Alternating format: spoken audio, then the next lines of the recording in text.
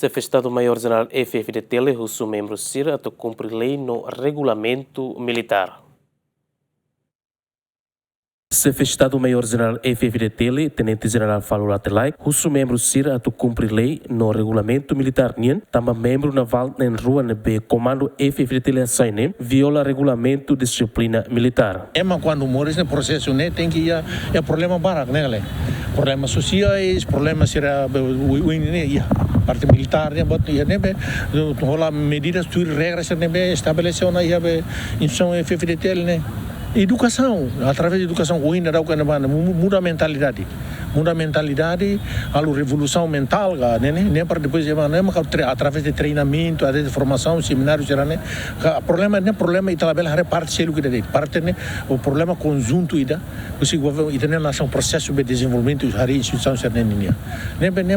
a liderança máxima, fundadores da nação, ama a nação, rola iniciativa para tal, né, para tu, libur hanui o insa, para depois, bele forma o insa, para hal mudança ida benene mudança be mentalidade mania né regulamento ma justiça ma castigo